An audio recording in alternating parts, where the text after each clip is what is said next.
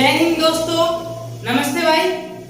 देखिए, जिन स्टूडेंट्स ने सीजीएल 2022 को टारगेट किया है उन स्टूडेंट के लिए इस चैनल पे प्रतिदिन एक मॉक टेस्ट सॉल्व कराया जा रहा है। अगर आप हमारे साथ इस मॉक टेस्ट को सॉल्व करेंगे तो आपको एग्जाम में काफी ज्यादा बेनिफिट मिलेगा। देखिए, हम मॉक टेस्ट स्टार्ट करते हैं। आपको हर एक क्वेश्चन को ध्यान से सीखना है और सारे क्वेश्चन यहाँ पे हम स्मार्ट अप्रोच से कराएंगे आपको। देखिए, लिखा हुआ है दो सकेंद्रित वृत्तों की त्रिज्या 12 सेंटीमीटर और 13 सेंटीमीटर है। ठीक है, AB बड़े वृत्त का व्यास है और BD छोटे वृत्त की स्पर्श रेखा है जो इसे बिंदु D पर स्पर्श करती है, तो AD की लंबाई ज्ञात करें। देखिए, दो कंसेंट्रिक सर्कल है। अब देखिए, दो कंसेंट्रिक सर्कल का अर्थ क्या होता है? दो ऐसे सर्कल जिनके एक ही सेंटर हो वो कंसेंट्रिक सर्कल कहलाता है। ठीक है, अब देखिए बोला है क्या सवाल में कि AB जो है ना वो बड़े वृत्त का व्यास है। ठीक है, तो AB को आपको क्या करना है? बड़े वृत्त का व्यास बना देना है।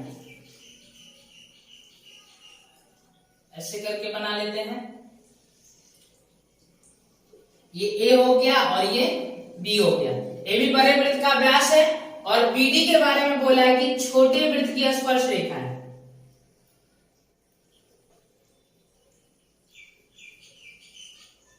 ये BD हो गया आपका छोटे वृत्त की स्पर्श रेखा। ठीक है, और बड़े वृत्त की जो त्रिज्या है वो 13 सेंटीमीटर दिया है और छोटे वृत्त की जो त्रिज्या है वो 12 सेंटीमीटर दिया है। इस सर्कल का सेंटर है। ये बड़े वृत्त की जो त्रिज्या है ये कितना बोला है? 13 बोला है। ठीक है, और जो छोटे वृत्त की त्रिज्या है उसे कितना बोला गया? 12 बोला गया। ठीक है, तो सवाल में पूछा गया है कि बताओ कि AD की लंबाई कितना होगा। ये AD बताना है। ठीक है, देखिए अगर हम इसको पूरा एक्सटेंड कर देते हैं, इसको बढ़ा देते हैं और इस पॉइंट को C मान लेते हैं और इसको इससे मिला देते हैं, तो आप कहोगे कि ये डायमीटर है, ये व्यास है ना, और व्यास के द्वारा जब हम सर्कमफ्रेंस पे एंगल बनाते हो तो 90 डिग्री का होता है। अब देख रहे हैं कि यहाँ पे एक ट्रिपलेट सेट हो रहा है 5, 12, 13, तो ये लेंथ 5 आ गया। अब देखिए ये D पॉइंट का क्या कर रहा है? BC को बराबर बराबर भागों में डिवाइड कर रहा है, तो ये 5 है तो ये भी 5 हो गया, ये 13 है तो ये भी 13 हो गया। ठीक है, और ये 12 है तो ये कितना हो जाएगा? 24 हो जाएगा, होगा ना? यहां तक क्लियर है। अब देखिए आपको बताना है कि AD कितना होगा, तो AD की लंबाई हमें बताना है। तो यहाँ पे हम क्या लगाएंगे? पाइथागोरस प्रमेय लगाएंगे, क्योंकि ये राइट एंगल ट्रायंगल हमें दिख रहा है। तो AD इज इक्वल टू हो जाएगा रूट के अंदर में 24 का स्क्वायर 576 प्लस 5 का स्क्वायर 25, दोनों को जोड़ देंगे कितना आएगा? आप कहोगे दोनों को जोड़ के आ रहा है आपका 601, तो रूट के अंदर में 601 सेंटीमीटर होगा। अब सवाल के जो ऑप्शन दिए गए हैं वो रूट से बाहर निकला हुआ है। अब देखिए ये 625 होता तो रूट से 25 बाहर आता, और ये 576 होता तो 24 बाहर आता। तो ये 576 और 625 के बीच में, तो उत्तर जो भी होगा वो क्या होगा? 24 और 25 के बीच वाला होगा। एक ही ऑप्शन है बी ऑप्शन, जिसमें जो आंसर है वो 24 और 25 के बीच में है, 24.5। तो यही इस सवाल का क्या हो जाएगा? आंसर हो जाएगा। तो कौन सा ऑप्शन इस सवाल के लिए करेक्ट है? बी ऑप्शन इस सवाल के लिए करेक्ट है। समझ में आ गया आपको? अब देखिए नेक्स्ट सवाल पे आते हैं। देखिए अगले सवाल में क्या बोला गया है। अगला सवाल जो है वो एक त्रिकोणमिति का सवाल है और इस सवाल में लिखा हुआ है कि 3 tan theta is equal to 2√3 है। 2√3 sin थीटा है और एंगल जो है थीटा उसकी जो वैल्यू है वो 0 डिग्री और 90 डिग्री के बीच में लाई कर रहा है। तो आपको बताना है कि 2 sin square 2 theta minus 3 cos square 3 theta कितना होगा। अब जैसे ही हमने यहाँ पे 2 थीटा और 3 थीटा देखा तो हमें दिमाग में एक जो डिग्री की वैल्यू होता है वो 30 दिमाग में आता है, और हम देखेंगे कि क्या ये 30 पे सेटिस्फाई कर रहा है। तो थीटा की वैल्यू 30 डिग्री रखो। आपको अभी 30 डिग्री आप डायरेक्ट क्यों सोच लिए? हम कह रहे ना भाई, यहाँ पे जैसे ही हमें 2 थीटा और 3 थीटा दिखा तो हम कहेंगे कि ओ यहाँ पे वैल्यू 30 डिग्री रखा जा सकता है, ठीक है ना।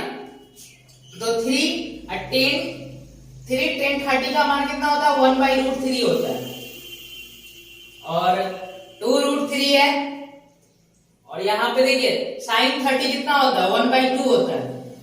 2 से 2 कैंसल आउट हो गया, √3 से काटेंगे 3 को, कितने बार में जाएगा? √3 बार में। तो देखिए √3 इज इक्वल टू √3 आपका सेटिस्फाई हो रहा है, तो एंगल 30 डिग्री है, हो गया। अब एंगल 30 डिग्री है तो अब उस एंगल की वैल्यू को पुट करके इस सवाल का उत्तर निकाल लेते हैं। तो 2 साइन कितना डिग्री लेंगे? 30 दूना 60 डिग्री। साइन 60 का मान होता है √3/2, √3/2 का होल स्क्वायर कर देंगे 3/4 आएगा, माइनस cos 90 डिग्री का मान 0 होता है, तो ये तो 0 ही हो गया। तो देखिए यहां से काट देंगे तो कितना आएगा? 3/2। इस सवाल का उत्तर आ जाएगा। सेकेंड नंबर सवाल का जो ऑप्शन डी है वो आपका करेक्ट है। देखिए थर्ड नंबर सवाल में क्या है? थर्ड नंबर सवाल में एक width AB is equal to 8.4, BC is equal to 9.8 centimetre और CD is equal to 5.6 centimetre भुजाओं वाले एक चतुर्भुज ABCD की सभी 4 भुजाओं को स्पर्श करता है। भुजा AD की लंबाई ज्ञात करें। ठीक है, एक क्वाड्रिलेटरल है, एक क्वाड्रिलेटरल है इस टाइप का, देखिएगा ध्यान से। नाम है इसका ABCD। एक सर्कल क्या किया? इस क्वाड्रिलेटरल के ईच साइड को टच करता हुआ पास कर दिया। ऐसे ध्यान से समझिए, ऐसे सर्कल के ईच साइड को टच करता हुआ पास कर गया, ठीक है ना। तो यहां पे एक सिंपल सा कॉन्सेप्ट होता है कि जब भी किसी क्वाड्रिलेटरल के ईच साइड को टच करता हुआ कोई सर्कल पास करता है तो वैसे कंडीशन में जो आमने सामने के साइड्स का सम होता है, वैसे कंडीशन में जो क्वाड्रिलेटरल है, क्वाड्रिलेटरल जो भी है उनके आमने सामने साइड्स का जो सम होता है वो आपस में इक्वल होता है। जैसे AB प्लस DC जो होगा वो AD प्लस BC के इक्वल होगा। ये कंसेप्ट है, आपको ध्यान रखना है, ठीक है। अब देखिए, अब इस कंसेप्ट का यूज करके हम कैसे सवाल को सॉल्व कर देते हैं। यहाँ पे आपको देखिए BC कितना दिया है? BC दिया है AB दिया है आपका 8.4, BC आपका दिया है आपका 9.8 और CD आपका दिया है 5.6 और आपसे AD की लंबाई पूछा गया। तो AD की लंबाई कैसे निकालेंगे? AD इज इक्वल टू होगा, इन दोनों साइड्स का सम करेंगे। देखो इन दोनों साइड्स का सम इन दोनों साइड्स के सम के इक्वल होगा, तो इन दोनों के साइड्स का सम करके इसको घटा देते हैं। तो कितना आ रहा है? 14 आ गया। 14 में से घटा देंगे 9.8 तो कितना आ जाएगा? 4.2 सेंटीमीटर। That's clear. 4 नंबर सवाल का ऑप्शन बी आपका करेक्ट है, ठीक है। देखिए अगले सवाल पे आते हैं।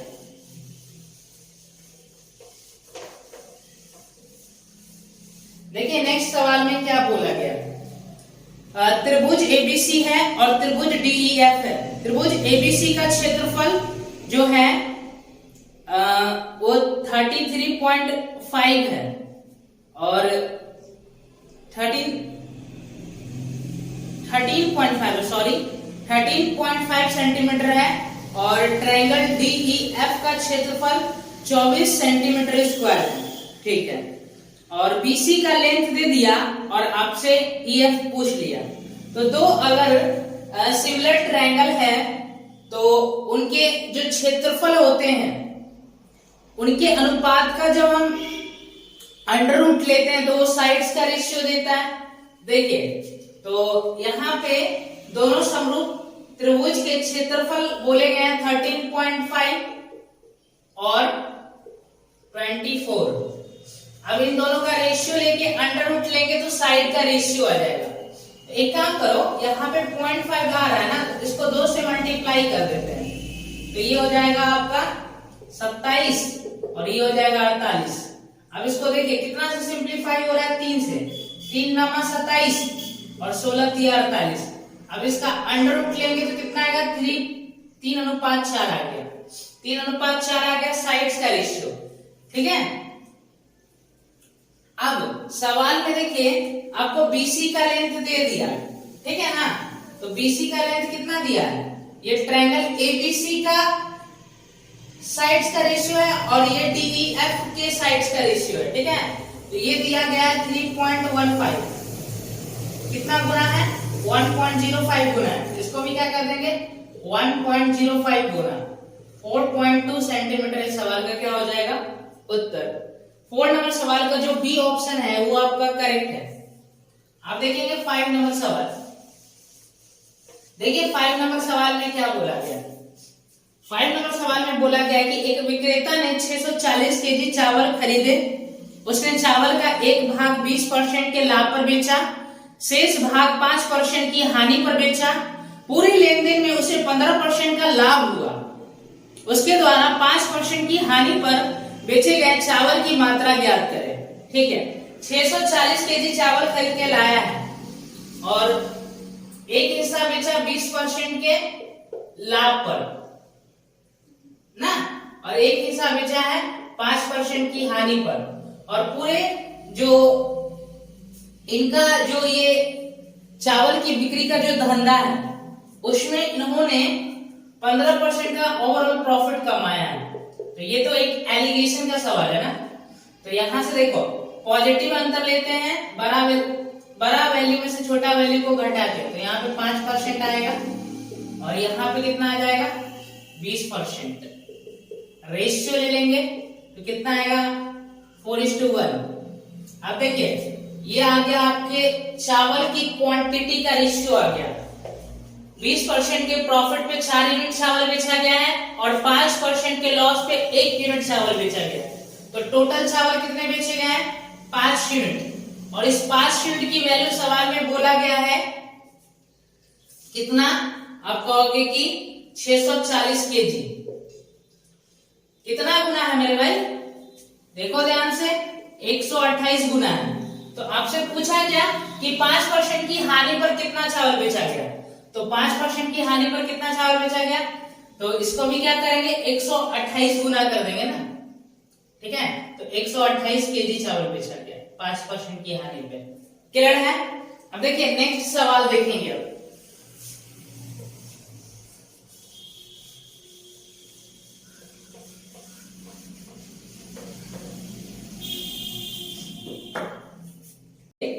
नेक्स्ट सवाल देखेंगे। नेक्स्ट सवाल में क्या लिखा हुआ है, निम्न तालिका किसी रेलगाड़ी में विभिन्न श्रेणियों की भरी सीटों की दिन बार संख्या दर्शाता है। कोष्ठ में दी गई संख्या किसी विशेष श्रेणी में उपलब्ध कुल सीटों की संख्या को निरूपित करता है। कुल सभी दिनों में नॉन एसी श्रेणी में कितने सीटें खाली हैं। देखिए आपके सामने स्क्रीन पे ये एक टेबल चार्ट बना हुआ आएगा। यहाँ पे जो रेलगाड़ी है उनमें विभिन्न श्रेणियों में सीटों की संख्या जो है वो कोष्ठ में दिया गया है। और जो अलग अलग दिन है ना, उन अलग अलग दिनों में कितने यात्रियों ने मतलब आया है, उन सीटों की संख्या पे उन्होंने बैठा है वो दिया गया है। मतलब उसके अलावा जो जैसे कि यहाँ पे टोटल अगर आप द्वितीय श्रेणी के नॉन एसी में देखो तो टोटल कोस्ट में देखिए कितनी संख्या है, 900 है। प्रथम श्रेणी नॉन एसी में कितनी संख्या है, 500 है। और ये जो सोमवार मंगलवार ऐसे करके दिया गया है यहाँ पे जो यात्रियों की संख्या जो आए हैं वो दिया गया, ठीक है ना। तो आप देखो, अगर हम आपसे पूछे कि देखिए टोटल 900 सीट है द्वितीय श्रेणी के नॉन एसी में और सोमवार को केवल 850 ही आए हैं, इसका मतलब 50 सीट खाली रह गया मेरे भाई, ठीक है। दूसरे मंगलवार को 60, ऐसे ही करके चेक करते चलेंगे। तो यहाँ पे आपका हो गया 70 और यहाँ पे आपका हो गया 110 और यहाँ पे कितना है 60। सबको ऐड कर लेंगे 0, 6 प्लस 5 11, 11 और प्लस 7, 11 7 कितना हो जाएगा भाई 18, 19 6 25, 25 के 5, 2 हासिल 2 1 3, ये आ गया। अब देखेंगे प्रथम श्रेणी में कितनी सीटें खाली है, तो यहाँ पे आपका आ गया 40 और यहाँ पे 100, यहाँ पे आपका आ रहा है 110 और उसके बाद यहाँ पे आ गया आपका 20 और इसमें हो गया आपका 30। टोटल ऐड करेंगे 0 5 5 10 के 0 1 हासिल 3। अब देखो टोटल संख्या पूछा है कि कितनी सीटों की संख्या खाली थी, तो द्वितीय श्रेणी से 350 सीटों की संख्या खाली थी और प्रथम श्रेणी से जो है वो 300 सीटों की संख्या खाली थी, तो दोनों को ऐड कर देंगे तो कितना आ रहा है 650 टोटल सीटों की संख्या खाली है, ठीक है। कौन सा ऑप्शन करेक्ट होगा? 6 नंबर सवाल का जो ऑप्शन 6 का ही ना, ठीक है, डी ऑप्शन आपका करेक्ट है। अब देखिए नेक्स्ट नंबर सवाल पे आते हैं। अगले सवाल में क्या बोला, कोई दुकानदार अपनी सामग्री पर उसके क्रय मूल्य से 30% अधिक मूल्य अंकित करता है और अंकित मूल्य पर 10% की छूट देता है। 6.5% अधिक लाभ प्राप्त करने के लिए उसे अंकित मूल्य पर कितना छूट प्रतिशत देना चाहिए? देखिए वस्तु का अगर हम कॉस्ट प्राइस को 100 मान लेते हैं और उसको बोला गया है कि 30% अधिक मूल्य अंकित किया गया, MP 130 हो गया, ठीक है। अब सवाल में ये बोला है कि अंकित मूल्य पर 10% की छूट देता है, तो इस पे 10% की छूट देता है, तो 130 का 10% कितना आएगा 13 का डिस्काउंट दे दिया, बेचेगा कितना में 117 में, ठीक है। अब यहाँ पे बोला है सवाल में कि 6.5% का अधिक प्रॉफिट कमाना है, तो अगर हम 100 का आपसे पूछे कि 6.5% कितना होगा, तो आप कहोगे 6.5 आएगा। 100 का 6 पॉइंट कितना होता है, 100 का 6.5 निकालेंगे तो 6.5 आएगा। अब 6 पॉइंट अधिक प्रॉफिट चाहिए, तो पहले जो हम 13 का डिस्काउंट दे रहे थे, तो अब 13 का डिस्काउंट नहीं देंगे, अब 6.5% कम डिस्काउंट देंगे। अब समझ पा रहे हैं ना?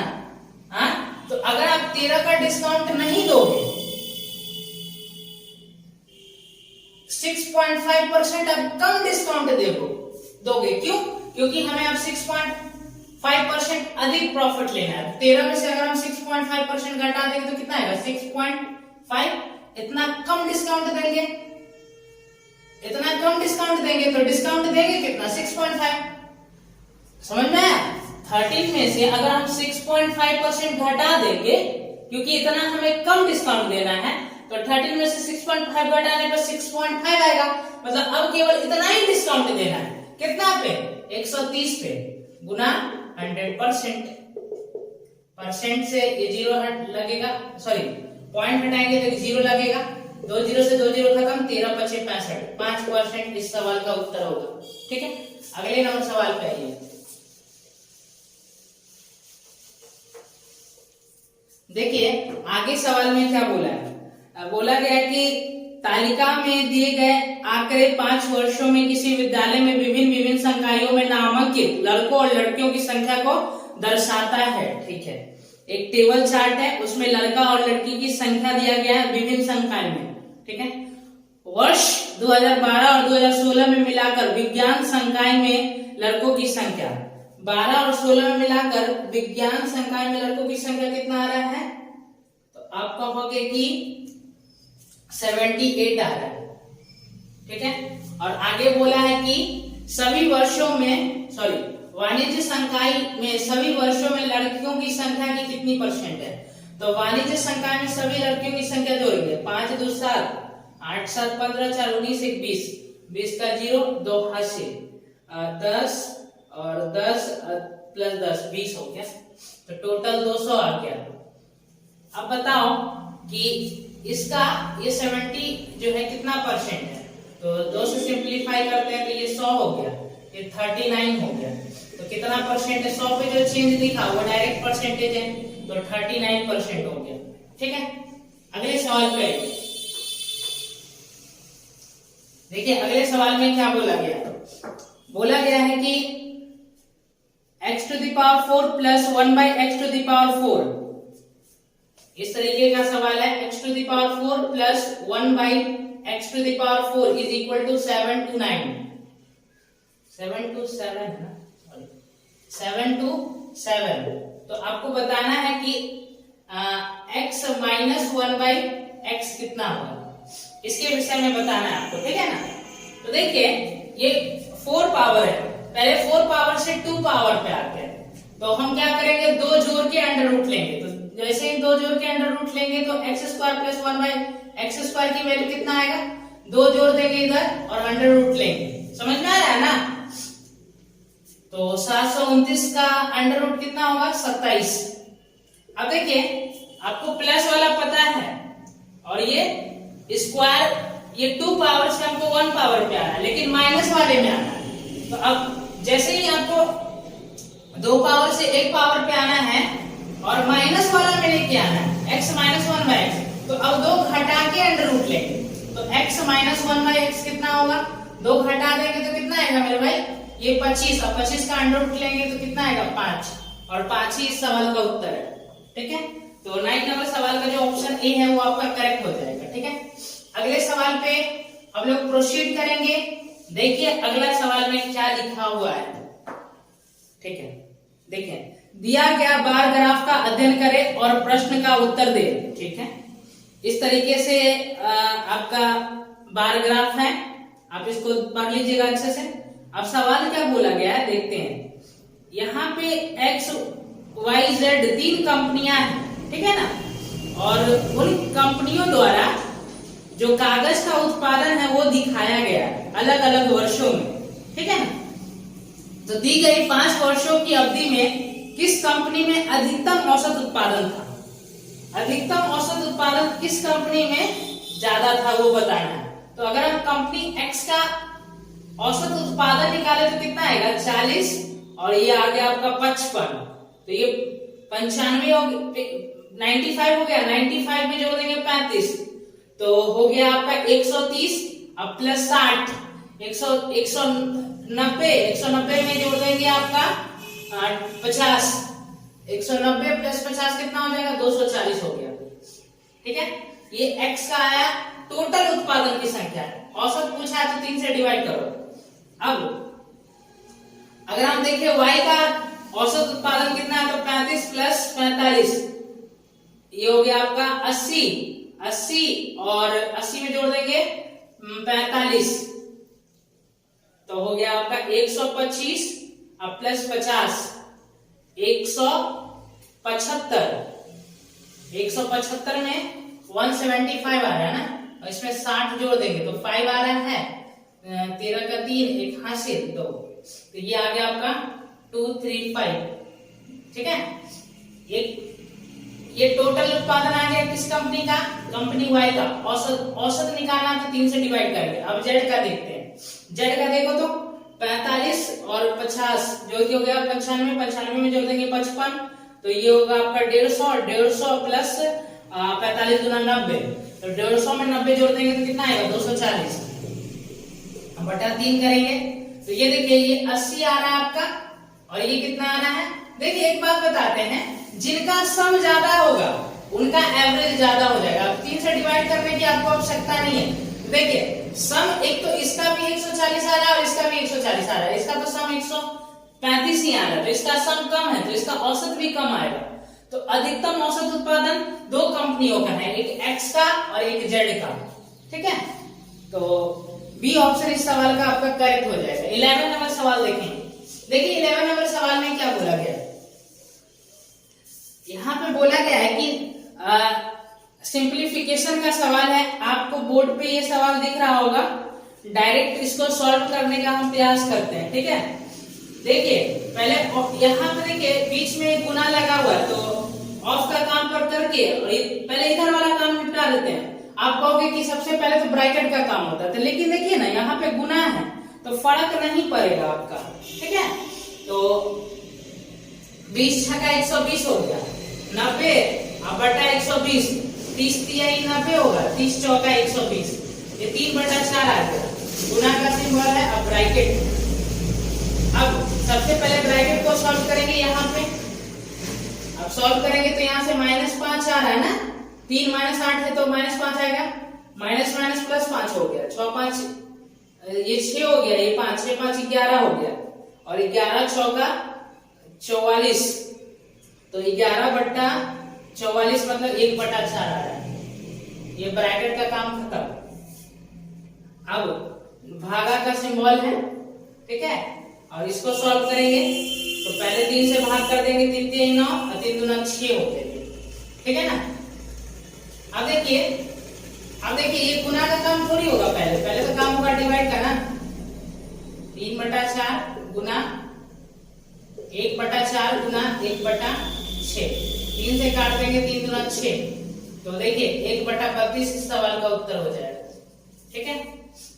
11 नंबर सवाल का जो ऑप्शन डी है वो आपका करेक्ट है। नेक्स्ट नंबर सवाल पे आइए। अगले सवाल में देखिए क्या बोला गया है। देखिए अगले सवाल में बोला गया है कि एक सामान्य चाल से चलते हुए किसी रेलगाड़ी को 370 किलोमीटर की दूरी तय करनी थी। 100 किलोमीटर चलने के बाद कुछ तकनीकी खराबी के कारण रेलगाड़ी अपने सामान्य चाल से 5 किलोमीटर प्रति घंटा कम चाल से चलता है। रेलगाड़ी 36 मिनट की देरी से पहुंचता है। रेलगाड़ी की सामान्य चाल कितनी है? देखिए रेलगाड़ी का पहले कोई स्पीड रहा होगा, ठीक है। 100 मीटर जब चल लिया तो उसके जो रेलगाड़ी है ना उसमें कुछ तकनीकी खराबी आ गई, जिसके कारण उन्हें जो बाकी की जो दूरी बचे उनको तय करने में 36 मिनट देर हो गया। ऑब्वियस सी बात है कि जैसे ही स्पीड कम हो जाएगा तो हम जो हमारा समय सीमा तय है उस समय सीमा से हम थोड़ा सा लेट पहुंचेंगे। तो बताना है कि उस गाड़ी की सामान्य चाल कितना है। तो देखिए ध्यान से देखो, हम मान लेते हैं कि गाड़ी की जो इनिशियल स्पीड होगा वो कितना होगा, s होगा। अब तकनीकी खराबी आया जिसके कारण गाड़ी की स्पीड कितना हो गया, s - 5 मतलब 5 किलोमीटर कम हो गया। तो ये इनिशियल स्पीड हो गया, और स्पीड घटने के बाद का ये स्पीड है, इन दोनों का प्रोडक्ट लेंगे। अब आपको बताना है कि टाइम में डिफरेंस कितना का आया, तो आप कहोगे 36 मिनट। 36 मिनट का मतलब कितना घंटा, 12 3 36, 12 25 60।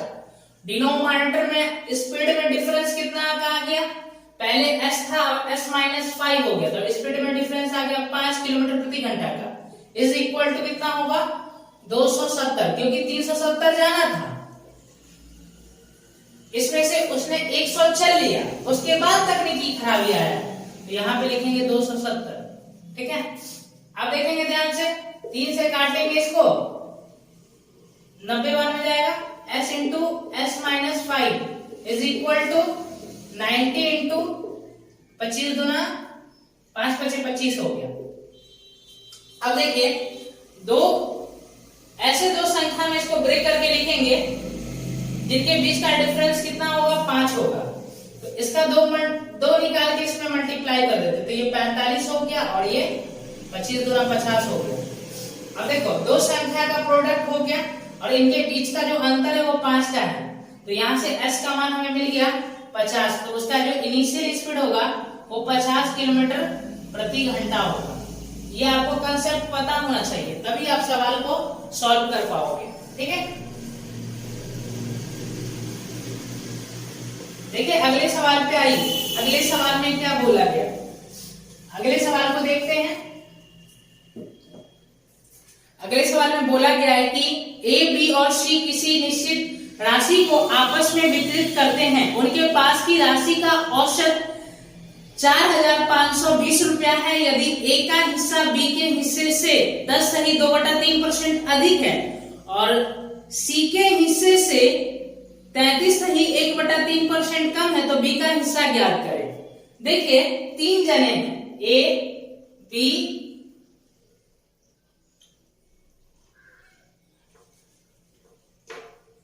बी और सी, ठीक है। इनके बीच में एक पैसा डिस्ट्रीब्यूट किया गया है और बोला है कि जो ए का हिस्सा है ना वो बी के हिस्से से 10.2/3% अधिक है। अब एक बात बताओ हमें, 10.2/3% का मतलब कितना होता है? आप कहोगे इसको सॉल्व करना है ना तो आप इसको पहले ब्रेक कर लो, 4% प्लस 6.2/3%। अब 4% का मतलब 1/25 होता है और 6.2/3% का मतलब होता है 1/15। तो ये हो गया आपका 75, 25 3 75, 15 5 75, तो ऊपर में 8 हो गया। तो ए का हिस्सा बी के हिस्से से 10.2/3% अधिक है, तो बी का हिस्सा 75 है, तो ए का हिस्सा कितना हो जाएगा? 83, ठीक है। लेकिन सवाल में ये भी बोला गया है कि जो ए का हिस्सा है सी के हिस्से से 33.1/3% कम है, तो इसका 3 है तो इसका 2 हो गया, ठीक है। अब रेशियो को मर्ज करेंगे, ए का हिस्सा दोनों जगह अलग अलग दिख रहा है जबकि ए दोनों जगह सेम ही बन रहा है, तो इनके हिस्सा में अलग अलग अंतर नहीं आना चाहिए। लेकिन सवाल में थोड़ा सा अगर हम देख लें तो सवाल में आपसे बी का हिस्सा पूछा गया। अब बी का हिस्सा जो भी होगा वो 75 का मल्टीपल होगा और 75 का मल्टीपल होने का मतलब वो संख्या 25 से भी कट रहा होगा और इसमें देखिए 3 भी होता है ना, 75 में 3 गुना 25 और वो संख्या 3 से भी कट रहा होगा। तो अगर आप ऑप्शन पे नजर डालो तो बी और डी जो ऑप्शन है इसमें, इस दोनों ऑप्शन में दोनों में से कोई भी संख्या 25 से नहीं कट रहा है, तो इन दोनों ऑप्शन को आप हटा दो, ये एलिमिनेट हो गए। अब ये 2 ऑप्शन बचे, तो दोनों ऑप्शन 25 से कट रहा है, लेकिन आप ध्यान से देखो 3 से भी कटना चाहिए ना, तो जो ऑप्शन केवल सी जो है वही ऑप्शन है जो 3 से कट रहा है, तो आप सी लगा के आप आगे बढ़ जाते हैं। आपको इस सवाल को सॉल्व करने की तन्नक सा भी आवश्यकता नहीं है। तो अब देखो यहाँ पे एक ही हिस्सा को हम सेम करते हैं, ठीक है, दोनों जगह पे इसको 83 से मल्टीप्लाई करेंगे। अब देखो 83 को 2 से मल्टीप्लाई करेंगे तो यहाँ पे 6 हो गया, यहाँ पे 166 आया और इसको 2 से मल्टीप्लाई करेंगे 75 दूना 150 हो गया और 83 को 3 से मल्टीप्लाई करेंगे 9 8 3 24। अब सवाल में जो 4520 रुपया दिया गया है वो इन तीनों के हिस्सों का औसत दिया गया है, ठीक है। तो इन तीनों के हिस्से का औसत निकालते हैं, तो ये हो रहा है आपका 9 + 6 15 का 5 एक हासिल, 5 5 10 6 16 का 6 एक हासिल और ये हो गया आपका 4 और ये 5/3। इसकी वैल्यू सवाल में ये दिया गया है। तो अब देखेंगे ये किससे सॉल्व हो रहा है। तो अगर आप ध्यान से देखो तो ये लग रहा है 8 गुना आप करके देखो इसका, 5 8 40 का 0 4 हासिल और 48 + 4 52 के 2 5 हासिल 40 5 45। हाँ इसका 8 गुना है, तो 1 यूनिट की वैल्यू कितना आ गया? ये 3 का मल्टीप्लीकेशन हो जाएगा इस 8 के साथ, तो 1 यूनिट की वैल्यू 24 आ गया। पूछा क्या है? बी का हिस्सा, तो 150 को भी क्या करेंगे 24 गुना कर देंगे ना, तो 24 गुना करेंगे तो कितना आएगा? तो 24 को 100 से गुना कर देंगे तो 2400 हो गया और 24 को 50 से गुना कर देंगे तो कितना होगा 1200। 2400 + 1200 3600 इस सवाल का उत्तर है आपका, ठीक है। तो देखिए 30 नंबर सवाल का जो ऑप्शन सी है वो करेक्ट है। आगे देखेंगे आगे क्या लिखा है, देखिए 14 नंबर सवाल। देखिए 14 नंबर सवाल ट्रिगो का सवाल है। आपको बोर्ड पे ये सवाल दिखेगा, यहाँ पे देखिए हम डायरेक्ट इसको सॉल्व करते हैं। टेन 45 डिग्री, यहाँ पे जो अल्फा माइनस अल्फा है प्लस अल्फा है, तो अल्फा को 0 ले लेते हैं क्योंकि अल्फा से कोई फर्क नहीं पड़ेगा, ठीक है, दोनों जगह 0 0 मान लिए। तो टेन 45 भी 1, कॉट 45 भी 1, इसका उत्तर यहाँ पे 1 आ गया माइनस। अब देखिए इसको सॉल्व करेंगे। कॉस 19 डिग्री को हम साइन 71 डिग्री लिख सकते हैं, तो 2 साइन 71 डिग्री, ठीक है। अब देखिए सेक 19 डिग्री को हम कॉसेक 71 डिग्री लिख सकते हैं, तो 2 कॉसेक 71 डिग्री बटा में क्या है आपका, देखिए 10a इंटू 10 भी 1 होता है यदि a प्लस b का सम 90 हो। तो देखिए 10 12 डिग्री और 10 78 डिग्री, ये दोनों क्या हो जाएगा 1 हो जाएगा क्योंकि इन दोनों का सम 90 डिग्री आ रहा है। 10 24 डिग्री और 10 66 डिग्री, ये भी 1 हो जाएगा क्योंकि इन दोनों का सम, इन दोनों के एंगल्स का जो सम है वो 90 डिग्री है, तो नीचे में 1 हो गया। अब देखिए ये दोनों कट जाएगा, ठीक है, तो 1 माइनस 4 माइनस 3 इस सवाल का करेक्ट उत्तर होगा। 14 नंबर सवाल का जो ऑप्शन बी है वो आपका करेक्ट है। देखिए अगला सवाल 15 नंबर सवाल क्या बोला गया है, एक पुरुष और एक महिला एक साथ मिलकर किसी कार्य को 66 दिनों में कर सकते हैं। उनकी कार्य क्षमता का अनुपात 3:2 है। 6 पुरुष और 2 महिलाएं एक साथ कार्य करते हुए उसी कार्य को कितने दिन में पूरा कर सकते हैं। तो देखिए एक पुरुष की एफिशिएंसी 3 है और एक महिला की 2 है, तो एक पुरुष और एक महिला साथ मिलकर काम करेंगे तो 5 की एफिशिएंसी से काम करेंगे और टोटल 22 दिनों में काम खत्म कर रहे हैं, तो ये टोटल 66 दिनों में काम खत्म कर रहे थे, 66 दिनों में काम खत्म कर रहे थे, तो ये हो गया आपका टोटल काम। अब इस काम को कौन करने लग रहे हैं, 6 पुरुष कर रहे हैं और 2 महिलाएं, तो 6 पुरुष का एफिशिएंसी 18 आ गया और 2 महिला की एफिशिएंसी 4 हो गया। अब देखिए कंबाइंड एफिशिएंसी कितना आ रहा है, 18 प्लस 4 22 की एफिशिएंसी से काम होना है। तो अगर टोटल वर्क को हम एफिशिएंसी से भाग कर दें तो नंबर ऑफ डेज निकल जाएगा कि ये काम कितने दिन में खत्म होगा। 22 दिया 66 हो गया और 5 दिए 15 दिनों में ये काम खत्म हो जाएगा, ठीक है। आपका 15 नंबर तक सवाल कंप्लीट हो गया। 15 नंबर सवाल का कौन सा ऑप्शन करेक्ट है, डी ऑप्शन करेक्ट है। देखिए आगे 16 नंबर सवाल में क्या बोला गया, एक वृत्ताकार पार्क का क्षेत्रफल 12,474 मीटर स्क्वायर है, ठीक है, और पार्क के चारों ओर 3.5 मीटर चौड़ा मार्ग है, तो मार्ग का क्षेत्रफल ज्ञात करें।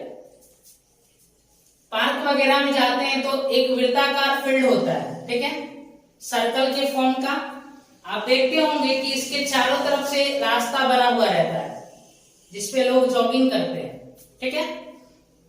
तो बोल रहा है कि एक वृत्ताकार मैदान है और उसका क्षेत्रफल बोला गया है सवाल में 12,474 मीटर स्क्वायर, ठीक है ना। तो यहाँ इसका यूज करके हम क्या करेंगे, इस वृत्ताकार मैदान का क्या निकालेंगे, रेडियस निकालेंगे। उसके बाद सवाल में ये भी बोला गया है कि ये जो मार्ग की जो चौड़ाई है वो 3.5 मीटर है, ठीक है। तो यहां से आपको फिर बाहर वाला अंदर वाला का भी रेडियस निकल जाएगा और जब अंदर वाला का रेडियस निकाल लेंगे तो बाहर वाला का भी रेडियस निकाल लेंगे, उसमें 3.5 मीटर जोड़ के। उसके बाद ये जो आपका ये रास्ता है, ये जो पाथ है, इस पाथ का एरिया पूछा गया है तो इजिली निकल पाएगा। ये एक रिंग है ना, और रिंग का क्षेत्रफल का हमें फॉर्मूला याद है, pi capital R square minus small R square, उसकी हेल्प से इसका एरिया निकल जाएगा। तो सबसे पहले हम क्या करेंगे, सबसे पहले हम ये जो वृत्ताकार जो मैदान है इसका क्षेत्रफल निकालने का प्रयास करेंगे। 22/7 गुना R square is equal to हो गया आपका इतना, ठीक है। अब 22 से काटेंगे इसको, 22 से कितनी बार हो जाएगा, 22×5 110, बच रहा है कितना 147, 22 छका 132, तो 15 बचा, 22 सत्ते 154। R square is equal to कितना आ रहा है, तो आप कहोगे इसको आप ऐसे लिख सकते हो 7 इंटू 81 इंटू 7। अब आर की वैल्यू आप देखो ध्यान से, 7 इंटू 9 आ रहा है, मतलब कि 9 सत्ते 63 आ गया। तो आपका स्मॉल आर की वैल्यू आ गया, तो कैपिटल आर कितना आएगा, तो उसमें 3.5 जोड़ देंगे तो 66.5 आ गया। तो स्मॉल आर का वैल्यू भी निकल गया, कैपिटल आर की वैल्यू भी निकल गया। अब ये एक रिंग है, ये एक वलय है, तो इस वलय का क्षेत्रफल कैसे निकालेंगे, तो आप कहोगे 22/7 capital R plus small R दोनों को जोड़ के कितना आ रहा है 129.5 इंटू 3.5। अब 3.5 से काट देंगे 7 को, 2 बार में कटेगा, 2 से काटेंगे 22 को 11 बार में कटेगा। अब 11 से केवल आपको मल्टीप्लाई करना है इसको। देखिए आप 11 से मल्टीप्लाई करने लग जाओगे तो आपको बहुत यहाँ पे कैलकुलेशन करना पड़ जाएगा।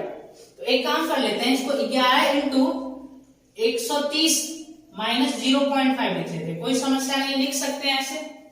अब देखेंगे 11 से मल्टीप्लाई कर देंगे 130 को तो 1430 आ गया, माइनस 11 से मल्टीप्लाई करेंगे 0.5 को तो 5.5 आ गया। तो 6 घटा के इसमें से 6 घटा देंगे भाई, 6 घटाने में कितना आ रहा है 1424 और 0.5 1424.5 इस सवाल का उत्तर होगा। तो 16 नंबर सवाल का जो ऑप्शन बी है वो आपका करेक्ट है। इजीली समझ में आ गया होगा, इसमें कुछ भी चैलेंजिंग नहीं है। देखिए आगे के सवाल में क्या लिखे हुए हैं, रेशियो का सवाल है और ये सिक्का वाला सवाल है। लिखा हुआ है कि अतुल 20 रुपया क्रय मूल्य वाला ब्रेड खरीदता है और दुकानदार को 100 रुपया का नोट देता है। दुकानदार 2 रुपया, 5 रुपया और 10 रुपया मूल्य वर्ग के सिक्के में शेष धन देता है। यदि उन सिक्कों का अनुपात 5:4:1 है तो दुकानदार 5 रुपए के कितने सिक्के देते हैं। देखिए 100 रुपया अतुल लेके गया था एक दुकान पे, 20 रुपया का ब्रेड खरीदा, दुकानदार उसको 80 रुपया लौटा के देंगे और पैसा जो लौटाया है ना वो 2 रुपया, 5 रुपया और 10 रुपए के सिक्के के रूप में पैसा लौटाया है। और जो धन शेष जो धन उनको मिला है वो किस रेशियो में मिला है, तो 2 रुपए के जो सिक्के हैं वो 5 यूनिट मिला और 5 रुपए वाला सिक्के कितने मिले हैं 4 मिले हैं और 10 रुपए वाला सिक्के कितने मिले हैं 1 मिले हैं। तो अगर 2 रुपए के सिक्के 5 मिले होंगे तो कितना रुपया बन जाएगा 10 रुपया बनेगा। 5 रुपए के 4 सिक्के मिलेंगे कितने बनेंगे 5 होगा 20 रुपया और 10 रुपए के 1 सिक्के मिले तो कितने बनेंगे 10 रुपया। तो टोटल अमाउंट कितना बन रहा है, तो आप कहोगे कि 40 बन रहा है, लेकिन दुकानदार तो 80 रुपया लौटा के देगा। तो 40 का कितना गुना है 2 गुना है, 40 दूना 80। तो 5 रुपए के सिक्कों की संख्या पूछा है तो 4 का भी 2 गुना कर देंगे तो 8 सिक्कों की संख्या देगा, ठीक है ना 5 रुपया वाला। सवाल का उत्तर खत्म। इसका भी 17 नंबर सवाल का ए ऑप्शन आपका करेक्ट है। देखिए अब 18 नंबर सवाल, x minus 1/x is equal to 1 दिया है सवाल में, और सवाल में पूछा क्या गया है, आप हमें बता दो कि x to the power 8 plus 1/x to the power 8 का वैल्यू कितना होगा। तो पावर 1 से हमको पावर 8 पे पहुंचना है, तो लंबा काम है करते चलेंगे। x square plus 1/x square कितना आएगा, तो आप कहोगे कि k स्क्वायर प्लस 2 तो ये 3 हो गया। x to the power 4 plus 1/x to the power 4 कितना आएगा 9 माइनस 2 7।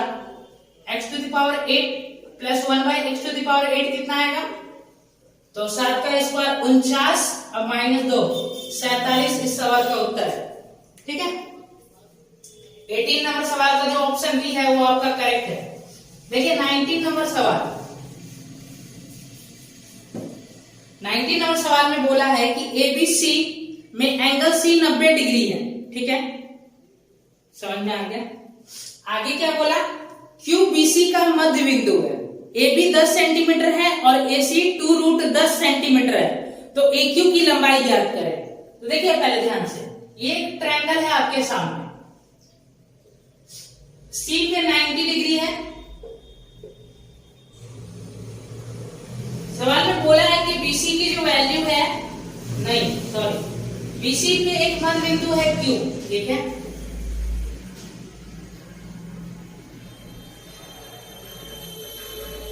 बीसी पे एक मध्य बिंदु क्या है, क्यू, ए को क्यू से कनेक्ट कर दिए, ठीक है, और ए भी बोला है सवाल में कि 10 है, ठीक है ना, और ए सी बोला है कि 2√10 है, तो ए क्यू की लंबाई बताना है।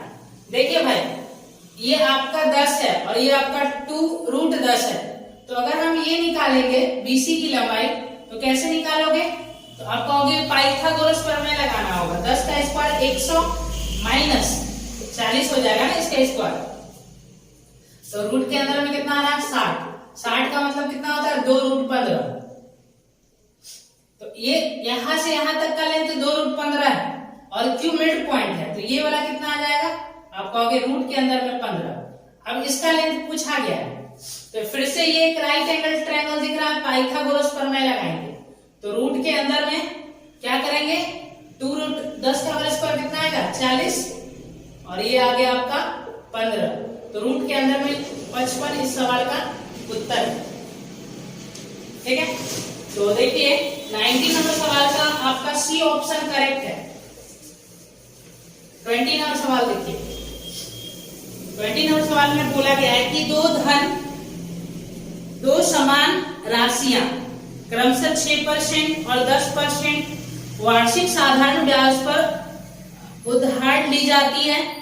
पहली राशि दूसरी राशि की तुलना में 2 वर्ष बाद वापस की गई और प्रत्येक स्थिति में राशि 1105 रुपया थी, तो प्रत्येक योजना में कितनी राशि उधार ली गई थी, ठीक है। देखिए एक व्यक्ति ने क्या किया, 2 योजनाओं से समान धनराशि उधार लिया। पहला राशि लिया है 6% की रेट से, कितने परसेंट की रेट से लिया है, 6% की रेट से। दूसरा वाला राशि लिया है 10% की रेट से, और पहली वाली जो धनराशि है ना, वो दूसरी वाली धनराशि की तुलना में 2 वर्ष बाद वसूली गई है और दोनों से अमाउंट के रूप में सेम ही पैसा मिला है, ठीक है। तो आपको बताना है कि प्रत्येक योजना से कितनी कितनी राशि उधार ली गई थी। तो एक बात बताओ, सबसे पहले तो ये समझना जरूरी है कि हम समान पैसा उधार लिए, ठीक है, और पहला वाला धनराशि 6% पे लिए, दूसरा वाला धनराशि 10% पे लिए, और दोनों जो है सेम अमाउंट बन जाता है। तो इसका मतलब ये है कि पहला वाला जो धन है उसको ज्यादा समय तक लगाएंगे तभी ऐसा संभव है। और सवाल में बोला भी है, देखो भैया 6% रेट है, तो 6% रेट है और यहाँ पे 10% रेट है, तो पहला वाला धनराशि 6% पे लगाएं तो इसको ज्यादा टाइम तक लगाएंगे तभी तो संभव है कि दोनों से सेम अमाउंट मिलेगा हमें, जो मिश्रधन है वो सेम होगा। तो यहाँ पे देखेंगे कि सवाल में बोला गया है कि पहला वाला धनराशि 2 वर्ष बाद वसूली गई है। तो आप अगर एसआई का फॉर्मूला जानते हो तो क्या होता है एसआई का फॉर्मूला, जरा बोलो, principal into rate into time बटा 100 होता है। आप कहोगे कि प्रिंसिपल तो कांस्टेंट है और सेम अमाउंट हम दोनों से प्राप्त कर रहे हैं, तो मतलब कि एसआई भी हमको जो मिल रहा है वो सेम ही मिल रहा है, ठीक है, और 100 तो ऑलरेडी कांस्टेंट है। इसका मतलब ये हो गया कि रेट और टाइम का प्रोडक्ट क्या होगा, कांस्टेंट हो जाएगा, और रेट और टाइम का प्रोडक्ट कांस्टेंट है, तो यहां से जो रेट का रेशियो होगा उसका जस्ट उल्टा हो जाएगा टाइम का रेशियो। तो आप रेट का रेशियो देखो तो कितना आ रहा है, 3:5 आ रहा है रेट का रेशियो, तो टाइम का रेशियो कितना होगा, 5:3। अब देखिए पहला वाला धनराशि दूसरे वाले के तुलना में कितने समय के बाद वसूला गया है, तो इसकी जो वसूला गया है ये 2 यूनिट बाद वसूला गया है, और सवाल में इसकी वैल्यू बोला है कि 2 साल बाद। इसका मतलब पहला वाला जो धन है वो कितने साल के लिए लगाए हैं, तो 2 यूनिट का मतलब 2 साल, तो 1 यूनिट का मतलब 1 साल, तो 5 यूनिट का मतलब 5 साल। पहला वाला धन 5 सालों के लिए लगाया गया है और दूसरा वाला धन 3 सालों के लिए लगाया गया है। अब देखिए प्रिंसिपल 100% होता है, पहला वाला धन 6% की रेट पे लगाए हैं, तो 5 साल में 6 पंजे 30% ब्याज मिलेगा, तो 100% प्रिंसिपल और 30% ब्याज, 130% हो गया। दूसरा वाला धन 3 साल के लिए लगाया गया, 10% रेट है, तो 10 तिहाई 30%, तो 100% प्रिंसिपल और 30% ब्याज, 130% अमाउंट बन रहा है। दोनों जगह से सारी चीज सेटिस्फाइड है यहाँ से, तो आप कहोगे कि 130% की वैल्यू सवाल में 1105 दिया गया, तो 10% की वैल्यू कितना आ जाएगा, 13 से डिवाइड करेंगे, 13 8 104, 6 बचेगा, 13 बचे 65, तो 100% की वैल्यू कितना होगा, 850 रुपया इस सवाल का उत्तर है। ठीक है, अगले सवाल पे आते हैं। कौन सा उत्तर करेक्ट होगा, आपका डी ऑप्शन जो है इस सवाल के लिए करेक्ट है। 21 नंबर सवाल पे आइए, देखिए 21 नंबर सवाल में क्या लिखा हुआ है। 21 नंबर सवाल में लिखा हुआ है कि 3 sin theta plus 4 cos theta minus 4√3 is equal to 0 और थीटा एक न्यून कोण है, तो थीटा का मान बताओ। देखिए यहाँ पे आप देखोगे तो यहाँ पे ऐसा कुछ लेना पड़ेगा कि ऊपर में √3 बने, तो 45 डिग्री लेने पे तो √3 नहीं बनेगा, न्यूमरेटर में √3 बनना चाहिए, क्योंकि हम क्या यहाँ पे सवाल में बोला गया कि अगर हम 4√3 घटाएंगे ना तो 0 बनना चाहिए, तो ऊपर जो न्यूमरेटर पार्ट है उसमें √3 बनाना है हमको। 45 डिग्री लेने से तो ऊपर में √3 बनने से रहा, 20 डिग्री भी नहीं लेंगे, 60 भी नहीं लेंगे, क्योंकि अगर आप sec 60 का बात करोगे तो sec 60 डिग्री होता है 2 का 3 से गुना कर देंगे 6 हो जाएगा, तो सोच के देखो क्या 4√3 घटाने पे वो 0 बन पाएगा, नहीं बन पाएगा, तो 30 डिग्री लेना पड़ेगा। अगर 30 डिग्री लेते हैं तो 3 और साइन sec 30 डिग्री का मान कितना होता है, तो आप कहोगे 2/√3 होता है, 2/√3 और प्लस 4 और cos 30 डिग्री का मान होता है आपका √3/2 माइनस 4√3। इसको देखते हैं 0 आना चाहिए, √3 से काटेंगे 3 को तो √3 बार में कटेगा, तो 2√3 आ गया, ये भी आ गया आपका 2√3 प्लस 2√3 4√3 और 4√3 घटा देंगे तो 0 उत्तर होगा इसका। ठीक है, तो देखिए आपका सेटिस्फाई कर गया ना 30 डिग्री, तो 21 नंबर सवाल का जो ऑप्शन डी है वो आपका करेक्ट है।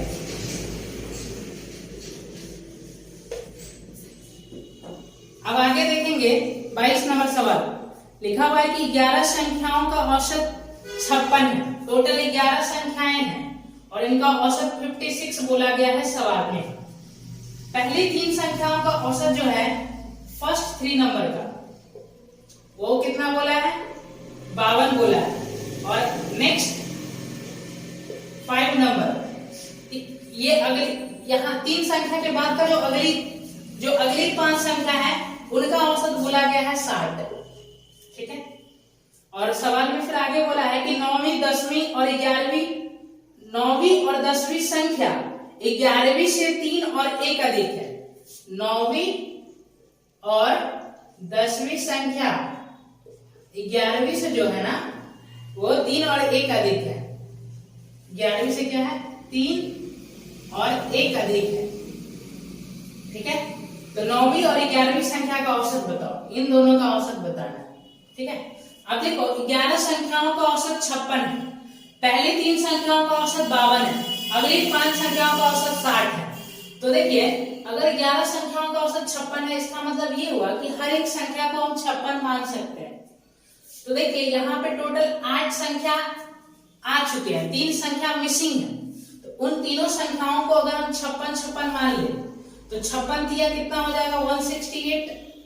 अब देखो तीनों संख्या जो है 56 तब होता जब ये शुरू की जो 3 संख्याएं इनका भी औसत 56 होता, उसके बाद के जो 5 संख्याएं उनका भी औसत 56 होता। लेकिन ऐसा नहीं है, तो आपको अब डेविएशन चेक करना होगा। तो देखिए 56 से कितना कम है, आप कहोगे 4 कम है, और टोटल 3 संख्या है। हर एक संख्या देखो औसत ना 56 से 3 कम है, तो हर एक संख्या 4 कम है, सॉरी 4 कम है, तो हर एक संख्या जो है 4 कम है, तो टोटल 3 संख्या है, तो 4 के 12 कम हो गया। ये देखो 56 से कितना ज्यादा है, तो आप कहोगे कि 56 से जो है ये 60 है ना, तो 56 से ये भी 4 ज्यादा है, और टोटल 5 संख्या है, तो सभी पांचों संख्याएं 5 ज्यादा है लेके बैठा हुआ है, तो 5 का 20 ज्यादा हो गया। तो अगर आप नेट डेविएशन देखोगे तो यहाँ पे नेट डेविएशन प्लस का 8 आ रहा है, तो नेट डेविएशन को 0 करने के लिए यहाँ पे -8 करना होगा। अब ये निकल गया आपका एग्जैक्ट 9वीं 10वीं और 11वीं संख्या का सम, और वेरिएबल में अगर सम करें तो कितना आ रहा है 3x + 4, तो 3x + 4 की वैल्यू हो गया इतना, तो 3x की वैल्यू कितना आ जाएगा, पहले 8 घटा देंगे तो 60, 160 हो गया, 160 में से 4 घटा देंगे, 160 में से 4 घटा देंगे 156, ठीक है। तो x की वैल्यू आ गया 3 × 5 = 15 और 3 × 2 = 6, तो x की वैल्यू कितना है 52 है। अब हमें बताना है 9वीं और 11वीं संख्या का औसत। तो एक बात बताओ, x का मान 52 आया, तो यहाँ भी x होता और यहाँ भी x होता, तो औसत कितना हो जाता 52 हो जाता। बट 9वीं संख्या 3 ज्यादा है, तो इस 3 को क्या करेंगे, इस दोनों संख्याओं में इक्वली डिस्ट्रीब्यूट कर देंगे। तो 3 को दो भागों में बांटेंगे तो कितना होगा, 1.5 में बटेगा, तो कितना हो जाएगा 53.5, इस सवाल का उत्तर, ठीक है।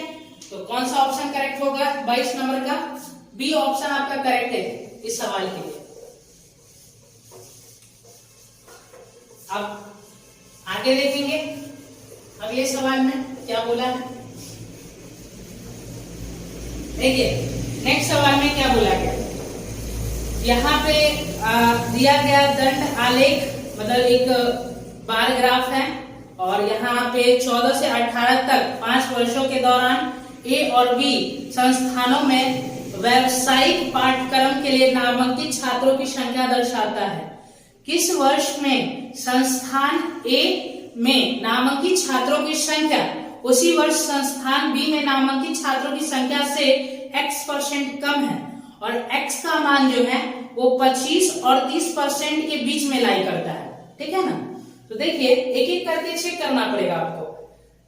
टोटल 5 वर्ष है ना, तो अगर हम 2014 में देखें कि बी के तुलना में ए में कितना % कम छात्र हैं, निकालो, तो बी में टोटल 225 छात्र हैं 2014 में, और ए में कितना है 160 है। तो चेक करेंगे कि कितना % कम छात्र, तो पहले 5 से सिंप्लीफाई कर लेते हैं। 5 चौका 20, 5 नमा 45, 5 चौका 20 हो गया, 45 थोड़ी होगा भाई, 5 5 25 आ जाएगा ना यहाँ पे, ठीक है। 5 से इसको काटेंगे तो 32 पंजे 160 होता है। यहाँ तक का मैटर सॉल्व हो गया। अब देखिए यहाँ पे आप देख पा रहे हो कि बी में टोटल कितने छात्र हैं 45, और ए में टोटल कितने छात्र हैं 32, तो कितना कम है, तो आप कहोगे कि कितना कम हो गया, 8 5 13 कम हो गया, कितना पे 45 पे गुना 100%, परसेंटेज में बताना है ना कि कितना % कम है। तो 5 से आप सिंप्लीफाई करेंगे, 5 नमा 45, 5 से सिंप्लीफाई करेंगे 100 को 20 बार। अब ये इसको सॉल्व करेंगे तो 260 बन रहा है, अब बटा में 9 आ गया। अब 9 से डिवाइड करेंगे 260 को कितनी बार में जाएगा, देखिए 9 से डिवाइड करोगे तो देखिए ध्यान से 9 दूना 18 हो गया आपका, कितना बच रहा है 8, फिर 0 उतारेंगे 80, तो 9 नम्मा 81, एक ही कम है ना, तो लगभग तो 29 बार में तो चला ही गया ना, लगभग 29 बार में। और ये देखते हो ना कि ये 30% और 25% के बीच में, तो आपको आगे चेक करने की आवश्यकता है नहीं, पहला ही सही है। एग्जामिनर थोड़ा सा आपके लिए अच्छा काम किया कि पहला ही सेट कर दिया, आप पहला ही चेक करते आपका उत्तर मिल जाता, तो आगे हम भी चेक नहीं करेंगे।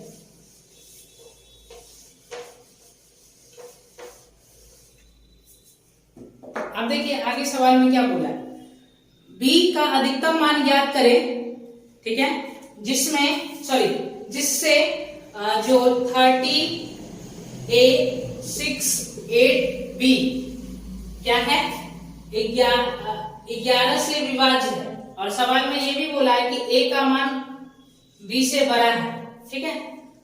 अब देखो b का मान तुमको अधिकतम लेना है, ठीक है, और ये जो संख्या दिया गया है ये 11 से विभाज्य है, और ध्यान ये भी रखना है कि a का मान हमको b से बड़ा रखना है। तो अगर हम आपसे एक सवाल पूछे कि देखो ये संख्या अगर 11 से विभाज्य है तो बताओ कि 11 का डिविजिबिलिटी रूल क्या होता है। तो अगर कोई संख्या 11 से विभाज्य होता है, कंप्लीटली कट रहा होता है, तो वैसे कंडीशन में जो ऑड प्लेसेस पे जो डिजिट्स हैं और जो इवन प्लेसेस पे जो डिजिट्स हैं उनके सम का जो डिफरेंस होता है या तो वो 0 होगा या फिर 11 का मल्टीपल होगा। तो ऑड प्लेसेस पर के डिजिट का सम निकालेंगे, तो ये हो गया 8 अब प्लस 3 11 प्लस 1, और इवन प्लेसेस पे जो डिजिट्स है इनका सम करेंगे तो ये आ रहा है 6 प्लस b। अब इनका डिफरेंस या तो क्या होगा मेरे भाई 0 होगा या फिर 11 का मल्टीपल होगा, ठीक है। 11 लिखना था ना, 8 प्लस 3, ठीक है, कोई दिक्कत नहीं। अब इसको घटाएंगे तो कितना आएगा 5 प्लस, यहां तक तो सही है ना, हमने सही लिखा है ना, 30a68b। तो ऑड प्लेसेस पे के जो डिजिट्स हैं उनका सम हमने कर दिया और इवन प्लेस पे जो डिजिट्स हैं उनका सम कर दिया, ठीक है। तो देखिए 6 प्लस 11 में से 6 घटाएंगे 5 plus a minus b is equal to या तो 0 होगा या फिर 11 की होगा। यहां तक समझ में आ गया, यहां तक कोई समस्या नहीं। अब देखिए ध्यान से, अब यहाँ पे सवाल में क्या क्या बोला गया है। सवाल में ये बोला गया है कि b का मान अधिकतम रखना है और a का मान b से बड़ा भी रखना है। तो हम कह रहे हैं कि देखो ध्यान से, अगर आप a का मान ज्यादा रखना चाहते हो और b का मान कम है तो यहाँ पे घटाने के बाद जो भी उत्तर आएगा वो पॉजिटिव होगा, और 5 में कुछ पॉजिटिव जोड़ेंगे तो 0 तो आने से रहा, तो 0 के इक्वल तो नहीं ले सकते।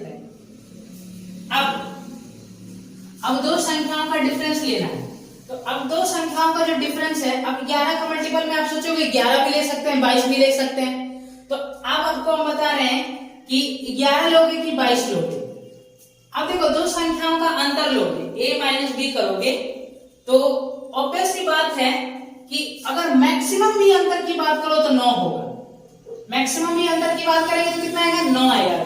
9 तब आएगा जब a को 9 लेंगे और b को 0 लेंगे, तो इनका अंतर कितना आएगा 9।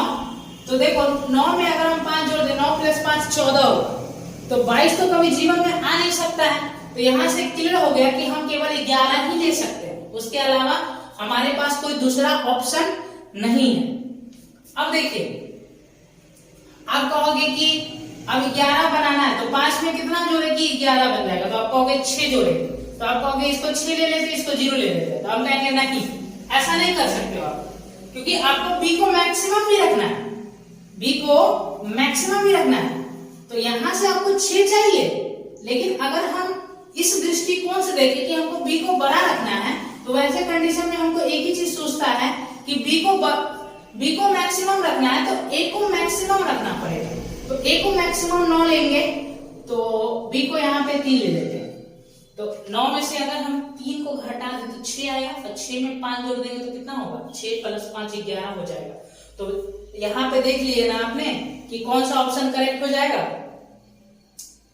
b का मान यहाँ पे आपका 3 आ रहा है, तो कौन सा ऑप्शन करेक्ट है, ए ऑप्शन आपका करेक्ट है। अब लास्ट सवाल देखेंगे 25 नंबर। देखिए 25 नंबर सवाल में क्या बोला गया। ये एक अच्छा क्वेश्चन है डिविजिबिलिटी रूल का। यहाँ पे आपको दिमाग लगाना पड़ेगा, विदाउट दिमाग लगाए ये सवाल सॉल्व नहीं हो पाएगा।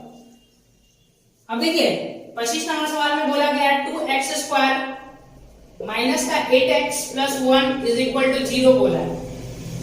तो पूछा गया है कि इसकी वैल्यू कितना होगा, 8x³ माइनस 1/x³। इसका मान बता दो जरा हमें। तो हम कह रहे हैं कि देखो यहाँ पे जब इसको हमने देखा तो पता चला कि इसको x से डिवाइड करना होगा, क्योंकि यहाँ पे 2x रहेगा तभी तो इसका होल क्यूब करेंगे तो ये 8x³ बनेगा। तो x से डिवाइड करेंगे तो प्लस का 1 बाय यहाँ पे प्लस, यहाँ पे ये भी माइनस में था, वही तो कह रहे हैं कि ये भी माइनस में होना चाहिए। तो माइनस ये 1/x हो गया और इसको x से डिवाइड करेंगे तो ये 8 हो जाएगा। यहाँ में माइनस का 8 है तो उधर ले जाएंगे तो प्लस का 8 हो जाएगा। ठीक है, अब हमें ये चीज चाहिए तो क्या करेंगे, क्यूब कर देंगे दोनों तरफ। तो ये हो गया आपका 8x³ minus 1/x³ is equal to k³ plus 3k। 8 का क्यूब कितना होता है 512 प्लस 3k, 3 इंटू 8। अब इस बात को भी ध्यान रखना है कि आपका जो यहाँ पे ये दोनों सेम होना चाहिए, जिसकी वजह से वो कट जाता है और यहाँ कट जाता है, लेकिन यहाँ पे सेम नहीं है। यहाँ पे x का कोफिशिएंट कितना है 2 है, यहाँ पे कितना है, यहाँ पे 1 है। तो यहाँ पे 1 से तो कोई फर्क पड़ेगा नहीं, लेकिन यहाँ पे 2 है तो इस 2 का भी मल्टीप्लाई करना पड़ेगा आपको। ठीक है, तो ये हो गया आपका 512 प्लस 8 × 24 × 48। अब 512 में 48 जोड़ देंगे तो कितना आ जाएगा 560। और यही इस सवाल का क्या है, करेक्ट उत्तर है। तो ये देखिए ये आपका मॉक टेस्ट फिनिश हो गया। आप इस वीडियो को रेगुलर बेसिस पे देखते रहिए ताकि और खुद से प्रैक्टिस भी करते रहिए इन सवालों का, ताकि ऐसे सवाल आपके एग्जाम में आते हैं तो आपसे छूटे नहीं। धन्यवाद।